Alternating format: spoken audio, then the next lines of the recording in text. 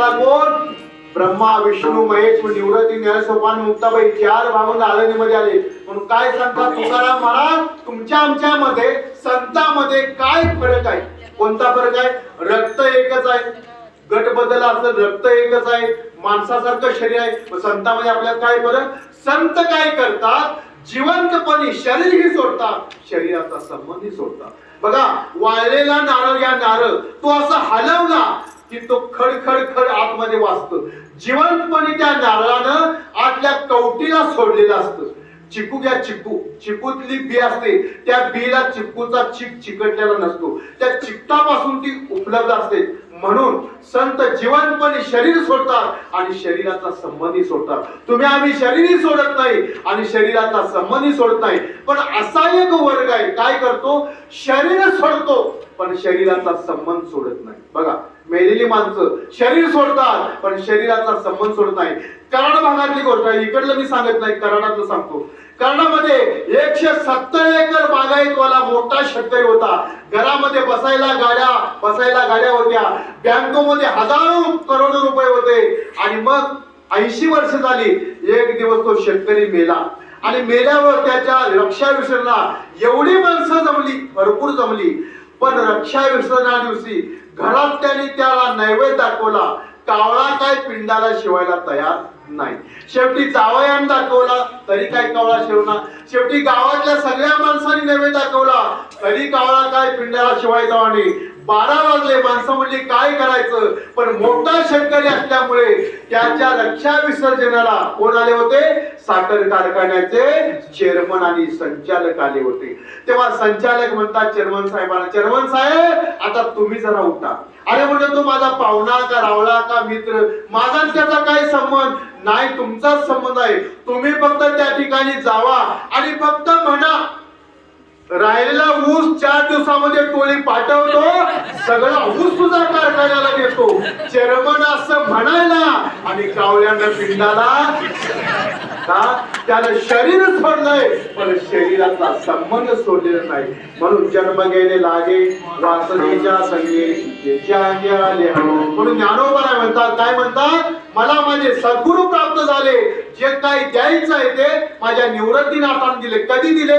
ज्ञानोबा निवृत्ती सोपान मुक्ताबाई 4 भावंड एके ठिकाणी बसली होती आणि एका बाईच्या नवऱ्याचं प्रेत चाललं होतं. स्मशानामध्ये ते प्रेत चाललं होतं. बाई सौभाग्यवती असल्यामुळे बाई सौभाग्यवतीचा अलंकार घातलं होतं आणि बाई सती जाण्यासाठी निघाली होती. त्यावेळी म्हणली माऊलीचं दर्शन घेण्यासाठी. माऊलींच्या दर्शनाला ती बाई आली आणि दर्शन घेतलं. दर्शन घेतल्याबरोबर ज्ञानोबाच्या मुखात आशीर्वाद झाला, सौभाग्यवती भव.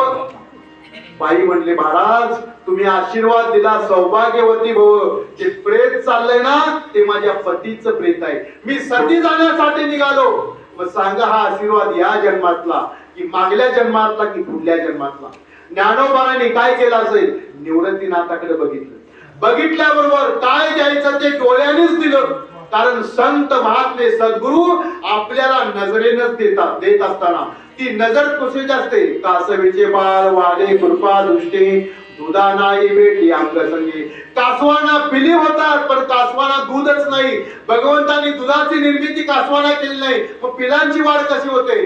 कासवाची पिलाची नजरानजर झाली, डोळ्यामध्ये चित्तामध्ये चित्त सामावलं की त्या पिलाची वाढ होती. तसं संतांनी आपल्याकडे नजरेने कृपा दृष्टीने पाहिलं. कृपा दृष्टी न्याहाळले आपल्या पदी बैसविले. काय द्यायचं ते दास. निवृत्तीनाथाने काय सांगायचं ते डोळ्याने दिलं. ज्ञानोबाने म्हणजे आणा ते प्रेत यात्रा इकडं. आणि मग ते प्रेत आणलं, कमंडलूतलं पाणी घेतलं, त्या प्रेतावर शिंपडल्याबरोबर उठा सच्चिदानंद बाबा. ते प्रेत उठून उभा राहिलं आणि मग त्याच्या हातामध्ये बोरू दिला आणि त्याच्या हातून ज्ञानेश्वरी ग्रंथ लिहून घेतला. 1212 उत्तरे टीका केली ज्ञानेश्वरी. सच्चिदानंद बाबा आदरे लेखको झाला. म्हणून ज्ञानोबा म्हणतात श्री गुरु सारिका आस्था पाठीराखा इतरांच्या लेखा गुण करी. माझा सद्गुरु पाठीराखा आहे ना. बघा निळोबा या तुकारामासाठी बसले. मला अनुग्रह दिला तर तुकारामानच द्यायला पाहिजे. कारण तुकाराम महाराज वैकुंठाला गेले होते, कोण अनुग्रह द्यायचा? कसा येणार तुकाराम महाराज? पण अनुष्ठान म्हणलं, निश्चय दृढ केला आणि निश्चय दृढ केल्यामुळे शेवटी देव भेटायला आले. निळोबा स्वतः पांडुरंग परमात्मा मी आलोय. अरे निळोबा काय पाहिजे सांग. मला अनुग्रह पाहिजे. मी देतो अनुग्रह. नाही म्हणले मला तुकाराम महाराजांचा अनुग्रह पाहिजे. देवाला काय म्हणतात निळोबा, तुझं लागे येते बोलाविले कोणी प्रार्थिल्या वाचोनी आलासी का. मग तुकाराम महाराजांना यावं लागलं आणि अनुग्रह द्यावा लागला की साधू संतांमध्ये ताकद. का संत मृत्यूनंतर सुद्धा जिवंत राहतात. ज्ञानोबा तुकोबा 700 वर्षे 400 वर्षे झाली, आज ते जिवंत आहे. आपण देहाचा त्याग करतो कसा, जैसे जीर्ण वस्त्र सांडीचे आणि नूतन वेळीचे तैसे देहांतरा ते स्वीकारचे चैतन्य नाते. आम्ही अनेक जन्मामध्ये आपला जन्म झालं. कसं झालं थोडस भजन करू सांगतो. दिगंबरा दिगंबरा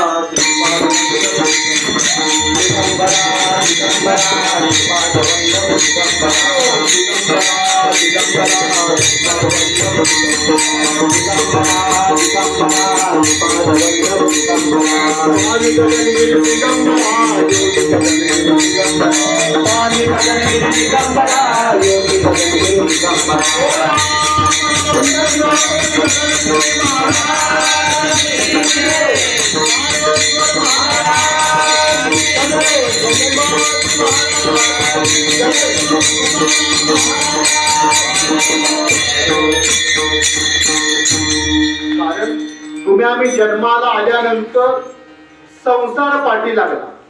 संसार दुःख मुळ करूकडे विंगड विश्रांती नाही मोठे रात्र दिवस कर्म. आज कशी काय सवड मिळाली म्हणून आपण इथं आलो पुण्याई मोठी म्हणून. पण संसार काय आपली पाठ सोडत नाही. संसार करून संपत नाही.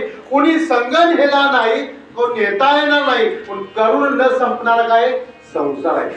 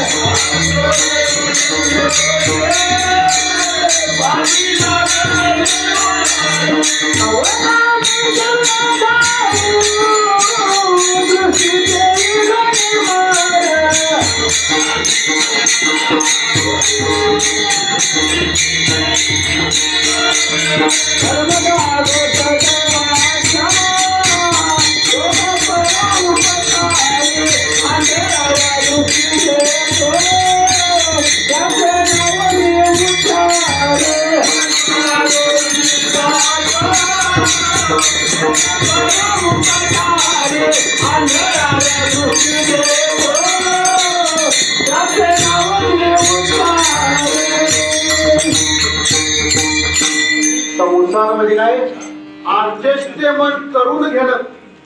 बापाचं आणि मुलग्याचं जमत नाही, बायकोचं आणि सासूचं जमत नाही. का जमत नाही तर आम्ही शरीराला जन्म दिला, या देहाला जन्म दिला, आत्म्याला जन्म दिला नाही.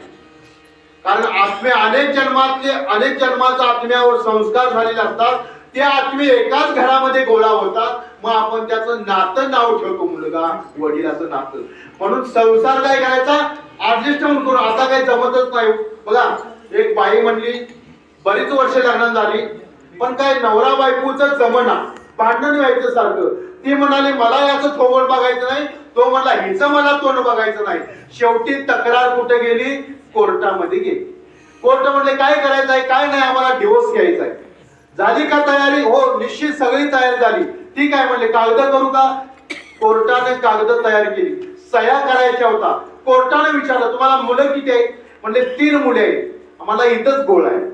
कारण 4 असती तर 2-2 वाटून दिली असती, 2 असती तर 1-1 वाटून दिलं असतं. आता तिसरं कोण घेणार नाही, नवरा बायको तिसरं घ्यायलाच तयार नाही. मग काय करावं, शेवटी बाईनेच माघार घेतली. बाई काय म्हणली काय नाही कोर्ट साहेब आता 24 पर्यंत 1 वर्ष थांबू आणि मग निकाल देतात. मग शेवटी 24 पर्यंत महिला गरोदर झाली आणि शेवटी गरोदरच्या टायमाला काय केलं, देवाच्या मनात एक असतं आणि आपल्या मनात एक असतं. देवानं काय केलं, चौथं घ्यायच्या टायमाला आळग जुळग दिलं, 5 झाली.